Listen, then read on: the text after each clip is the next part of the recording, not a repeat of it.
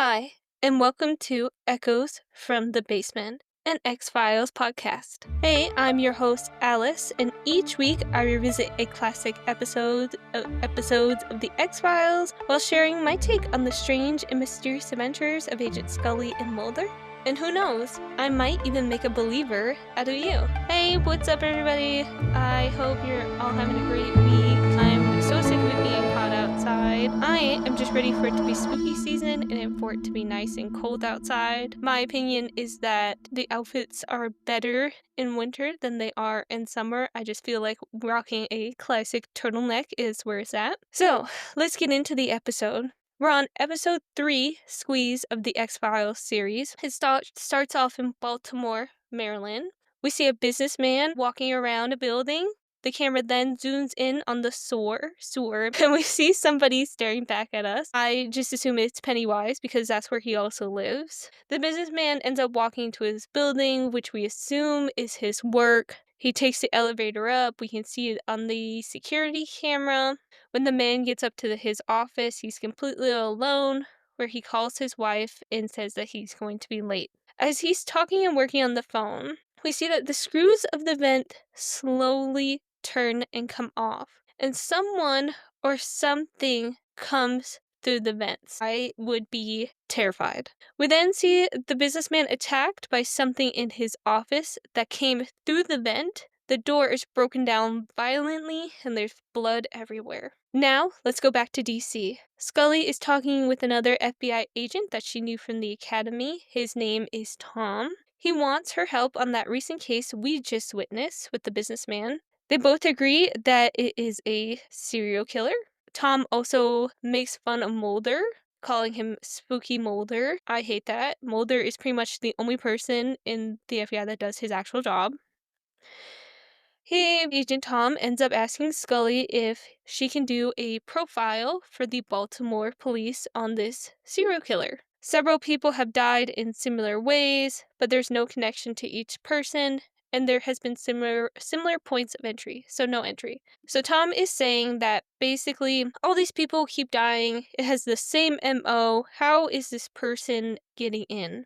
For instance, there was a college girl who was killed while she locked herself in her dorm and was safely secured. So the question we pose is, how could somebody get in and get out of a locked building, dorm, etc.? They would maybe have to figure out some way to gain entry and then lock it again. That just doesn't make sense. Agent Tom also hands Scully some crime scene photos to look at, and she notices that each victim has their liver taken. There are no tools used and it's neatly taken out. She says, "It looks like it could be an X-file." Tom is like, "It's not. How could you say that?" Tom also asks her if she could go to the newest crime scene, the one that we have just witnessed, to take a look at everything.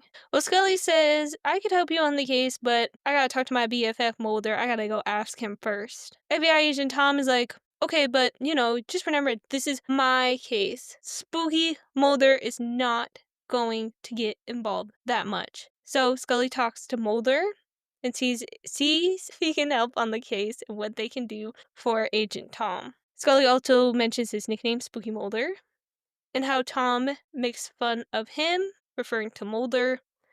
And actually, everybody at the FBI makes fun of Mulder. They basically thinks he's crazy because he believes in aliens and the paranormal. They even go as far in the episode to call Scully Miss Spooky. So let's get back to their conversation. Scully says, "Well, Mulder, you have a reputation by not playing by the rules. You're just a chaotic person to work with. I mean, no wonder people will make fun of you at the FBI. You're just never a follow the rules type of person. You're more of go off on your own and basically break all the rules." Mulder turns around and says, "Well, do you think I'm spooky?" Lost it. Dead. Okay, so Scully and Mulder go to Baltimore. They look at the latest crime scene. That is the businessman. And Tom tries to throw some shade at Mulder and suggests that it was the work of little green men. Mulder deadass turns around to him and says, "Okay, for your information, Tom, they're not green. They're gray." Clocks Tom immediately. Also, he mentions to Scully that it is also not aliens.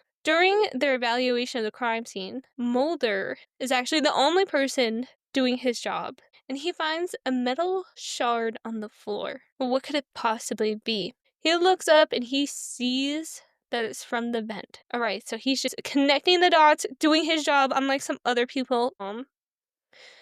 Mulder then dusts the vent for fingerprints and he finds one, but it's abnormal. It's long. It's basically like 2 times longer than an actual human print. So who could that possibly belong to?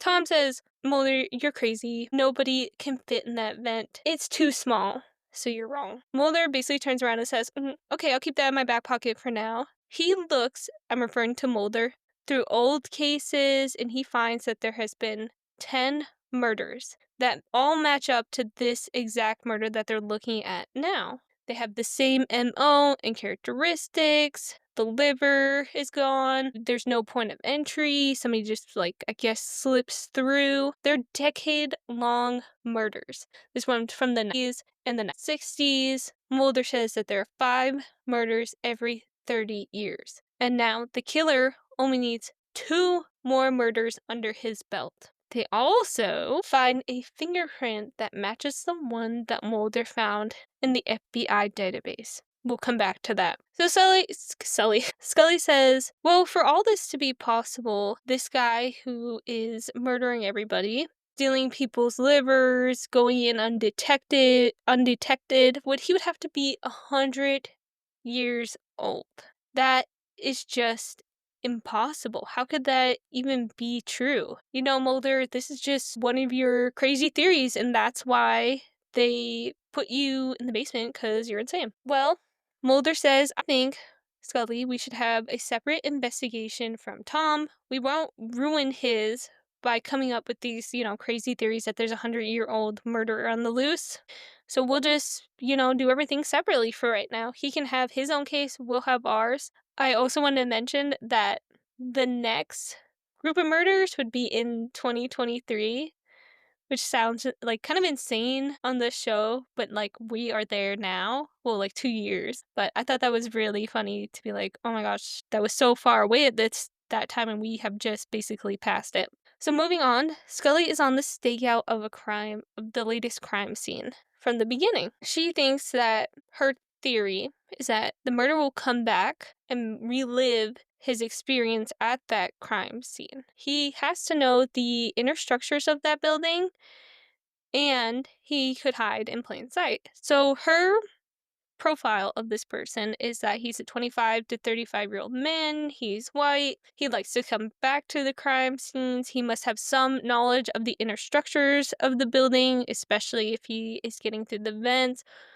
or he hides in plain sight, like he is a delivery man, he's maybe a janitor, something along those lines. She also suggests that the liver extraction is one of the most important parts of the killing. It basically symbolizes the man cleansing himself because that's what the liver does in our bodies, it cleanses. And as well, he comes back to the crime scene. That's what she's doing there. She's basically staking him out. So let's go back. She's in her car in the parking garage at the stakeout. She hears some banging and some footsteps. She leaves her car to investigate, gun up and all. She almost shoots Mulder. He's basically there to be like, I told you so. The killer is not coming back. You're wasting your time. Why would he come back to this crime scene? He's already conquered this crime scene. He needs another challenge. You're wrong, Scully. But get this, more banging continues, and Mulder and Scully go investigate the noise, and they're led to this AC ventilation area. They see a whole man come out of this ventilation AC area. His name is Eugene Toombs, and he is a match for the fingerprints at the first scene. Dun dun dun. To get his fingerprints to match up, Mulder had to alter Toombs' matching fingerprint. So he had to enlarge the fingerprint of Tomb to make it match the one found at the previous scene. So the FBI arrests Toombs and give him a polygraph test. I personally, polygraph tests are hit or miss. I think they can be cheated, but during this polygraph, we find out he works at animal control. He was there because somebody said there was an animal that was stuck in the vent. Toom also answers some other polygraph questions as well. The tester asks if he's killed a creature or a person. He said, well, really a creature, my bad. He says yes. She asks if it was human. He says no. Then here comes Mulder's questions. The tester asks, are you 100 years old? He says no. Have you ever been to Poton Mill? I think that's what it was. He says, no, I've never been there. So Toom's results come in, and it says that he is telling the truth. But Mulder takes a look at the questions and the results and says that he was lying on the 100-year-old question and the mill question. Now, the mill is where another crime was taking place with the same MO, the same liver missing, etc. It was just like years and years and years ago. So everybody basically left on Mulder because they're like, why would you even ask that question? This man is innocent. He was just doing his job, the first public servant to work overtime and do his job, whatever. But we also have to ask, what was this guy doing in the vent? How could he even fit in the vent? What was he doing in the building that somebody was murdered? So after all this, we have the polygraph, we have the capture of Eugene, now the release of Eugene, or really Toombs. Tom, the other FBI agent, asks Scully to be on his team. He's like, I don't think you should be on the X-Files anymore. You're just like too top-notch for it. You need to be on my team. Scully's basically like, yeah, no, I'm not. I'm assigned to the X-Files, and that is where I'm going to stay. She then tells Mulder about her conversation with Tom, and Mulder's basically like, yeah, Tom better open his mind. Anyway, in the meantime, is stalking somebody else. So now he is definitely the person that is murdering people and taking their livers. It's just, it's so outlandish that people don't want to believe it. He's stalking another man getting out of the car and entering his home, but something's off. Toombs has yellow eyes. Yeah, how about that? Toombs scales the guy's chimney, crawls down it, like in How the Grinch Stole Christmas, and he just waits. We then see Toombs' victim, the guy in the suit that went into his home. He tries to light the fireplace, but Tomb stops and murders the guy. So, what do we do now? Another person has died. Scully's theory is that the person is selling the livers on the black market for a high price. Scully and Mulder try to go to the crime scene, the most recent one, and Tom says, no, sorry, only qualified agents can work this crime scene. Talking about Mulder. Scully basically has to back Mulder up again and says, oh no, we're FBI agents as well. We're gonna work this case and we're gonna look at this crime scene. So it's basically the whole episode is Mulder versus Tom, like who is gaining Scully's affection. Again, Mulder is casing the crime scene, he's looking for evidence, he finds another enlarged fingerprint on the fireplace. But he is also noticing that something is missing. There's like little prints of something in dust that was where something used to be on the fireplace. So the killer, or Toombs, took a trophy with them. Now we're back at the FBI base. Mulder looks at other reports and says these murders actually began in 1903. Toombs has been killing people since then, and he actually killed somebody that lived in the same apartment building as his. He killed the guy like above him. Now we're presented with Mulder's theory. He says Tomb is basically a hybrid man who hibernates. So he's like half man, half creature, I guess. And he needs to commit a certain number of murders, and then he rests again. Basically like Jeepers Creepers does. So he has to commit this murder, then he hibernates, and then he does it all again in a certain amount of time. Scully and Mulder then go through some more records, and they actually meet with one of the lead detectives on the earlier cases. That would be the Mill case. They meet with an old man, he's a detective, and he says, cryptically and vaguely, I've been waiting for you. Finally, someone has recognized these murders. He worked the 1968 case of the Powhatan Mill.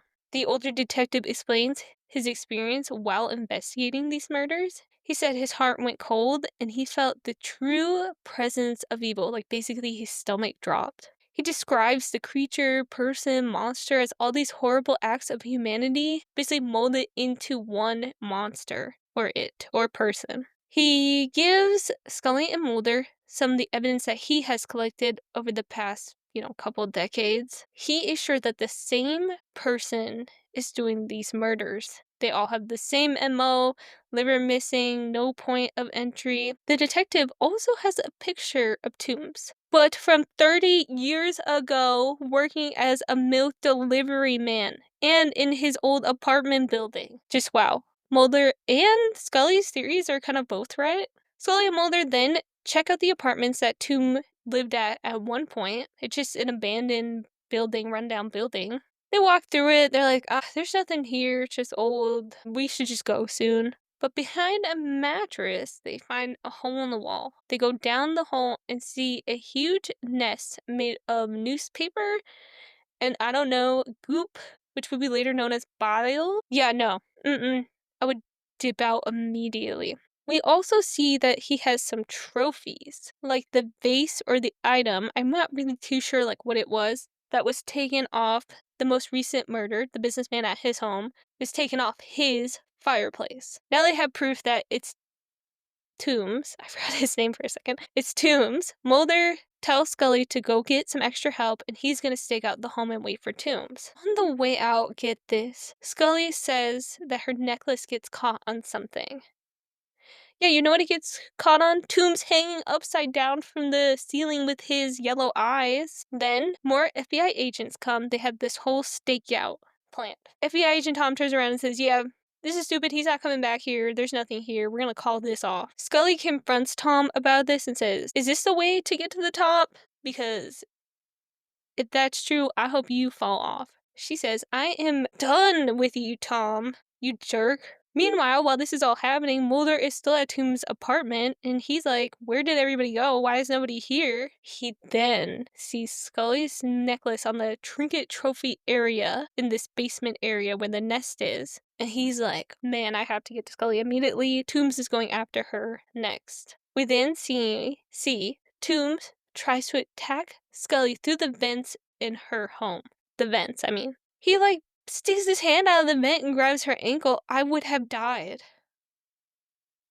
Scully tries to call for help, but the phone lines have been cut by Toombs. Thankfully, Mulder gets to her home and takes Toombs down. They arrest him. He also, at one point during his and Scully's scuffle or fight, he tries to take Scully's liver. We then see the old detective is reading about Toombs' capture in the paper, and Toombs is sent to a mental health facility. Scully and Mulder go visit him, Toombs, and he is just building another nest. He literally is licking newspaper and chugging it and making a nest. Mulder also discusses the fact that all these people spent so much money on security only to be infiltrated by Toombs. We then get a look at Toombs in his cell room, whatever you want to call it, and he's looking through a small slip in the door that food is brought to him. He is thinking about his next escape, and that is the episode. So, here's my opinion. It kind of reminds me of Jeepers Creepers, of the taking of something, and then also Jeepers Creepers had his own, like, area in, like, a basement, I guess, or, like, a down below the Earth's surface area.